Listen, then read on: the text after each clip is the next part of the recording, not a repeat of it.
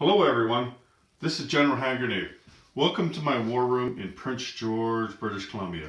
So today is the day before New Year's Eve. This year is almost over and I'm sure a lot of you are happy about that. Not too many people out there that you'll ever find are going to say that was a really good year, because it wasn't that good a year, let's all face it. But we're going to end the year as best as we can, and that means that we are going to play a game. I have never played a YouTube game before, believe it or not, and I am going to play my first YouTube game of Global War 1936 with some other guys, and we're going to call it Operation Crimson Tide. I will be the Germans. The bad guys. And who else we got? Let's move back here. Oh, before we do that, somebody wants to say Happy New Year. Happy New Year! You know who she is. That's my granddaughter, Kelly. Anyway, here we go. So, there's another guy that you've probably never heard of. He doesn't have any content related to this on his channel yet, but there will be some showing up as soon as we start playing the game. He goes by the name War Heroes. And so he's going to be playing the Soviets. I'm not too sure what to expect from him. We've been talking with him for a couple of months because we've been talking on a WhatsApp chat, and he seems like a real decent guy and everything. But as far as what kind of a player he is, I don't really know because I haven't played with or against him yet. But I'm looking forward to it, and I always like meeting new people, so that's going to be fun. And welcome to our little community, War Heroes. Anyway, so let's move around over here. Japan is next, and Rank Carcass is going to be the Japanese player. And I got to tell you, I'm really happy about that because that means he's going to be on my side. He and I, all the games we played together, we have never ever played on the same side. Now, we have play tested games on the same side before, but that's not playing a game, right? That's because, I mean, if you're trying to win it, then trust me, you're doing it wrong. Sure, you got to put a half-hearted effort into it, but really what you're doing is collaborating with all the players around the table, regardless of what side they're on. But anyway, he's on my side for the first time in a real game, and I'm grateful for that because I got to tell you, he's the first person I ever played against, him and his brother, and so they basically taught me how to play the game. And every time I play against him, I always learn something new. Probably lots of things new. He's perhaps one of the best players in the world. Like, certainly near the top. He's got lots of experience, and he's got that extra knack of coming up with something that nobody else is thinking of. You know what I mean? Sure, he can do a lot of things that you would expect him to do, but he's also going to do stuff that you don't expect him to do, and so that is going to be cool. So, what's next? Okay, well, I know, the British are next. So, Wintermute, you might have heard of him before. He is going to play the Commonwealth, and he's going to play the French. And we want to do it that way because we just want one person to make one video rather than splitting them up and making the game last even longer, because the Commonwealth goes and then the next day the French player makes a video, and that just adds a lot of time to the game. Like, not so much over 1 or 2 turns, but over the course of 18 or 20 turns, that adds another week or two, right? So that's Wintermute is going to play both of them. And I'm looking forward to having him in a game because he and I have never played. He was supposed to come up here for the spring offensive, and of course we couldn't bring people across the border. He and War Heroes are both from the United States, and so he wasn't able to make it up here. So I'm looking forward to playing a game against him. I'm guessing he's a pretty good player, and so we'll find out. I think the level of competition in this game is actually going to be quite high. And so what's next? The Italians. Well, you know who the Italian player is. That would be Hilltop Pillbox. And he's a good player, that's for sure. He'll tell you he's not. He's a very humble man. He's got almost as many subscribers as I do on YouTube. But he keeps telling you how, he's just, everybody else, a regular player, but yeah, he's never lost a game. I can tell you that right now. He's never lost a game of 36, and that doesn't mean he's played a lot of them. He's only played a few, but he just seems to keep winning. So he's won as the Allies in the Spring Offensive in the past year, and then on a YouTube game recently as well. Just before that, he won as the commentary.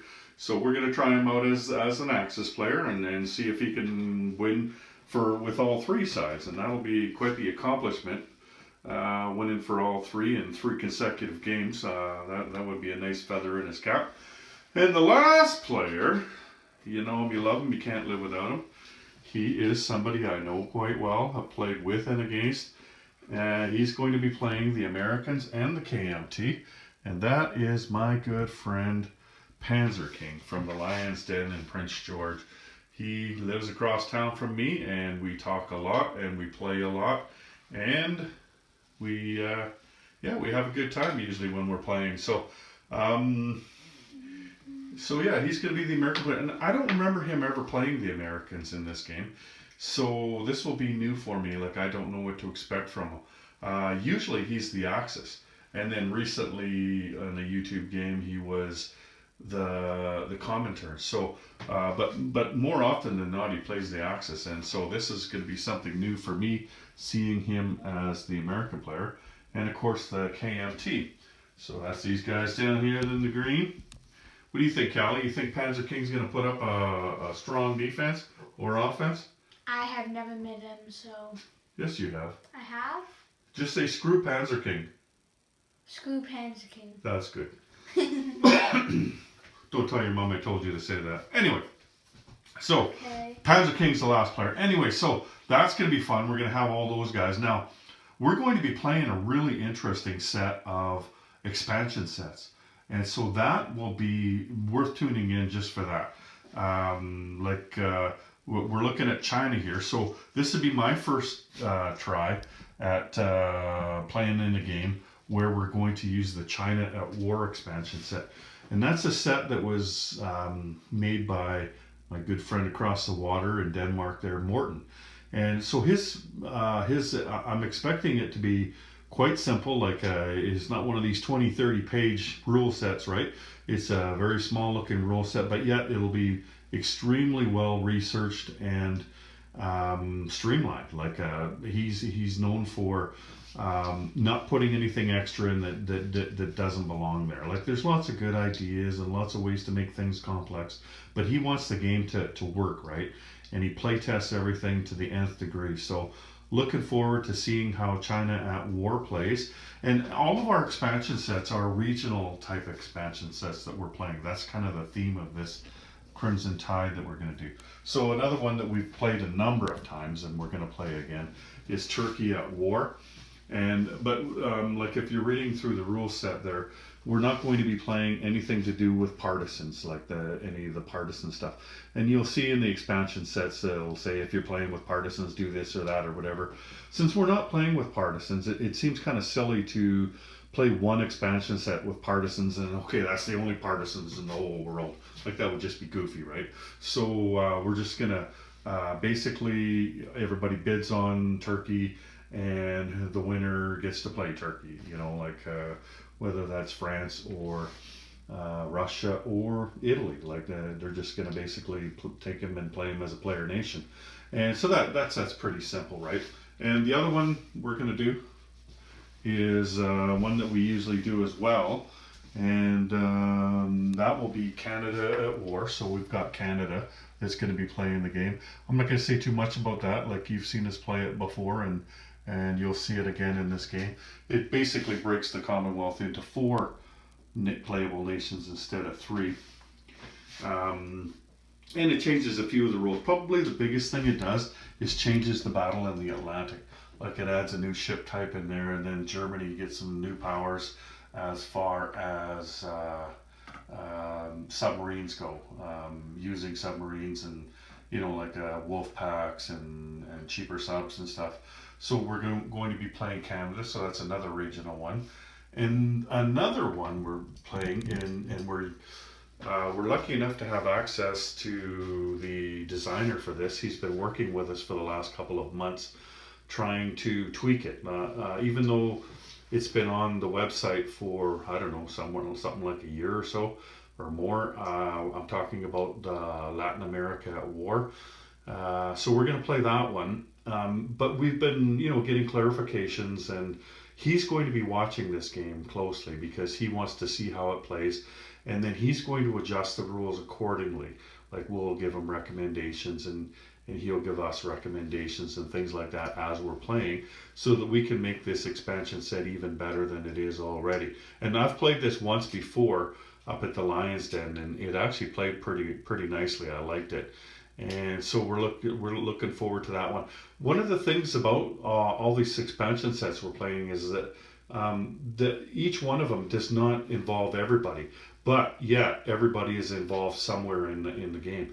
Like in Latin America at War, it's just going to be the Comintern, the Germans, and the Americans. Whereas China is going to be the Comintern and the KMT and the CCP, and then in Turkey is going to be a lot of the nations. But the last one we're playing is going to be one that I'm really excited about playing, and that is the Colonial Troops expansion. This one I haven't had a chance to play yet, but I've been wanting to. And it's basically a bunch of units, and most of them are centered in Africa. So that's going to bring Africa more into the war. Like, Africa does already get played, but what'll happen is you'll be able to put a bunch of specialty units in Africa without having to use a factory. Like, you'll just, okay, this guy gets built in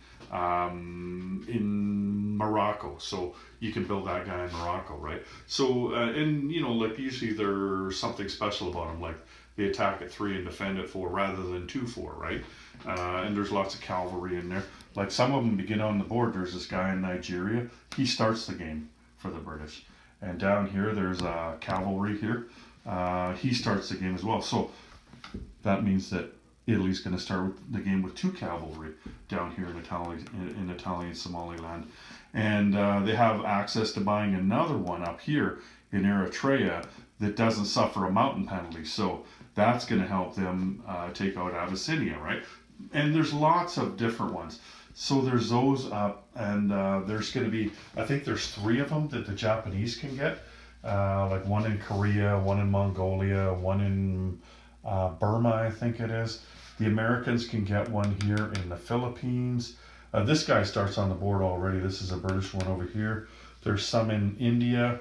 There's a Cossack cavalry up in Russia. But probably the most interesting one is going to be this one that's going to go into Morocco. And he's a mountain infantry. And what the special ability of him will be is that if he's on the board somewhere when Paris falls, then that territory is going to stay free French. Like, you're not even going to roll for it. If it cannot go Vichy. So, I mean, that was the reason why everybody wanted to take Abyssinia, was because that would be a place where France, and you knew that they were going to have it. So you could put some stuff in there, right? Like some planes and stuff. So, like, if you had that guy in Morocco here, well, then you could just you could put a couple of planes in there, a couple of better units, right? And so you know that you would have some units as the French player to begin your career as a free French player, right? Because it's kind of frustrating. Like, first of all, you have your money taken from you, and then so the second turn that you're free French, then you've got what, $3, maybe $4, and there's not much you can do, right? Like, you've still got to buy yourself a factory and stuff. So so this is a way. This is be the biggest feature I think of that expansion set will be that guy from Morocco. And we've already had to tweak that one a little bit because it was a little loose on the rules for that one. So basically what we've done is we've said that he can go anywhere in Africa, but he can't leave Africa, that unit, because we don't want him like showing up in, say, southern France up here, right? First of all, Like, you got to think of this realistically, right? Like, these are just some Moroccan dudes, right? They're not going to have any influence over the people of southern France, right? Like, the European nations typically, even now, but especially back then, they didn't care about what people in Africa thought. So they're not going, oh, let's all go free French because these guys are here. Like, that just wouldn't happen. And plus, we're probably going to avoid a lot of fistfights too, because some people might try to argue, oh, if I put them in southern France, then that can't go Vichy because this guy's there. Well, that's not exactly true, because what'll happen once Paris falls, then all of the French units come off of the home country, which includes that guy, right? But, you know, people are going to argue both ways, and you know, this, that, and whatever. In order to avoid that and to make it more historical, we've made it so that that guy has to stay in Africa. So he's going to be able to take some territory in Africa. And, you know, like, this would be a good one because there's a major port there, so that's good for getting Lend-Lease. And there's an air base there, you know, like, that would be a good spot right there. But it's also exposed, right? Like, you don't want to lose that guy. Like, if the Germans, when they were about to take Paris, that they also had a transport ready to take that guy out, right? Like, I don't know how it's going to play out, but I'm just saying, like, these are this is what's going to make that set interesting, is that guy, plus all the other guys as well. Like, there's going to be lots of other ones. There's I think it's here that the Italians can get it. They get a free transport plane along with buying an airborne infantry. So, you know, like, there's one there, right? And there's lots of French units, lots of Italian units, and lots of Commonwealth units for the most part. And then just a few for the other people. Germany's only got one, and it's in Tunisia, and either Germany or Italy has to own Tunisia. So I'm not expecting to have to worry too much about that set myself as the German player. I'm going to be concentrating on Latin America. I'll be throwing some money into Turkey. And of course, I'll be fighting the Spanish Civil War. We're not playing the Spanish Civil War set, though. We're just going to play the out-of-box rules, because we found that those are the best rules for Spain at this point. Who knows? Maybe we'll take a run at improving that set someday. But for now, we really like the out-of-box rules on that set. So that's what we're going to play. Anyway, tomorrow's the first day. I've decided I'm the first player, and I get to kick it off. So I'm going to make a video tomorrow. That'll be Germany's first turn, and then after that, hopefully there'll be every day just about. There'll be a new video come out from somebody else. Like War Heroes will be next, and then Rank Carcass will be after that, and it'll just keep going until we're done. Expect to be done sometime near the end of February, maybe a little bit into March. We'll see. I'm not sure. We'll see, right?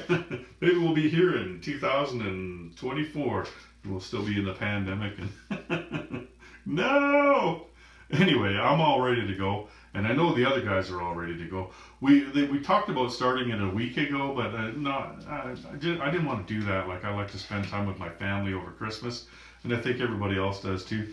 I was going to start this video yesterday, the video I'm making now, but I ate shit in my driveway yesterday. I fell down really hard, and I'm barely walking around right now. I got Callie's over here. She's helping me out. Go get Grandpa this. Go get Grandpa that. She's getting beautiful dice. Nice dice, yeah. Really. So she's getting tired of me already. Send me home. Anyway, that's me today, and tomorrow look for that video, Germany's first turn, and I hope you join us. I'll put a link in the description box below of all the channels that are going to be involved in this game, and I hope you have the time to join us, everyone. So take care. General Hand Grenade and Callie out.